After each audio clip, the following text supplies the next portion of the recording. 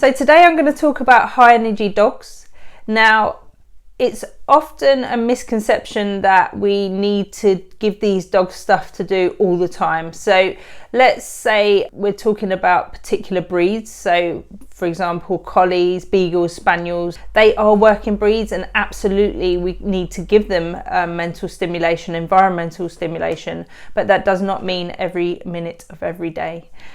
Now, one of the things that I feel these dogs should be taught first, and I really focus on when I do my puppy courses, is that they learn how to settle and relax. So personally, settle is anything that is relaxed body language, but I do focus on actually lying down, because generally once they're in that kind of lie down position, they can then fall asleep or just at least nap or relax in that space.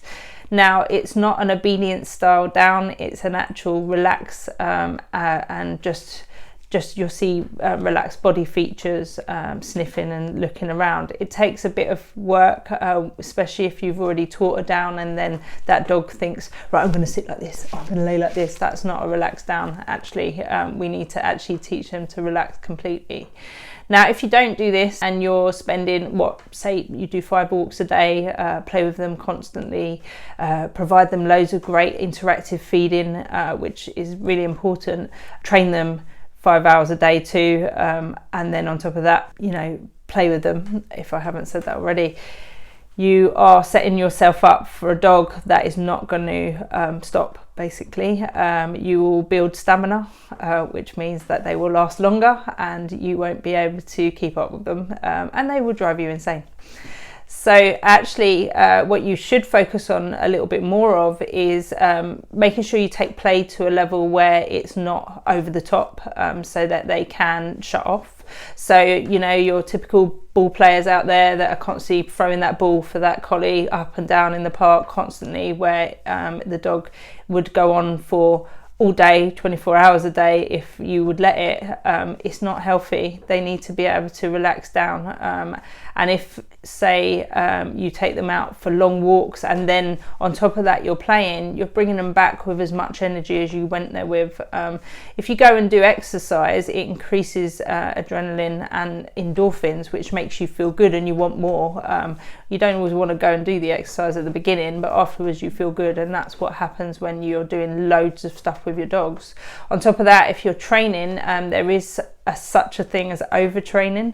So doing too much training again can cause addiction, and then the dog won't stop. So there'll be them dogs that are sitting at the end of the day going, please train me, barking at you or humping at you or pestering you basically. Your walk should be focused on sniffing. Try and focus on their nose down, really enjoying the walk. Mental stimulation, so a lot of people, if you don't know, you should do interactive feeding toys. There's lots of stuff out there like Kongs, snuffle mats, toys that release treats, but they shouldn't be frustrating, and if it brings up an energy or arousal, then it's probably not the right toy for your dog. So if you can see that they're getting over the top with it, that's not the goal if you want to try and relax them down. So try and use things that make them sit and lie down, so anything that you stuff, like wet food in a Kong or marrow bones that have got stuff inside them, that brings their energy down. Generally, again, all dogs are slightly different, so you have to work with what works for your dog. Snuffle mats, for example, again, certain breeds like spaniels, this might be actually over arousing for them, but other dogs that's calming for them. So it really depends on the dog.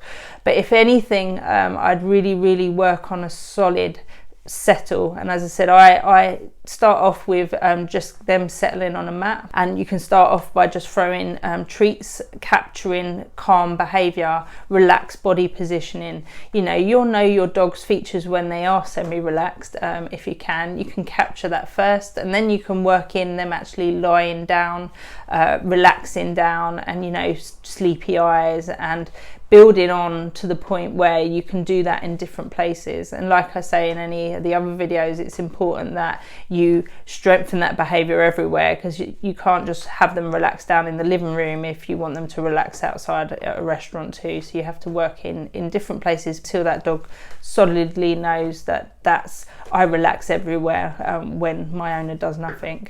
So as I said, yes, it is important to entertain these breeds. You need to focus on trying to relax them. So also set up your environment so that they feel relaxed. So for example, if you don't let your dogs on the sofa or the bed, which isn't a bad thing by the way, you can do that. They don't understand why they shouldn't be up there, and they should have comfort. A floor is not a comfortable place for a dog. Comfort is quite important for feeling relaxed. So if you don't let them on the sofas, etc., provide as many bed options as possible, you know, different sizes. Some dogs don't like round beds because they feel trapped and they like to stretch their legs out. Some dogs like cave beds. It depends on your dog, but you need to set the environment up so they do feel like they can settle down.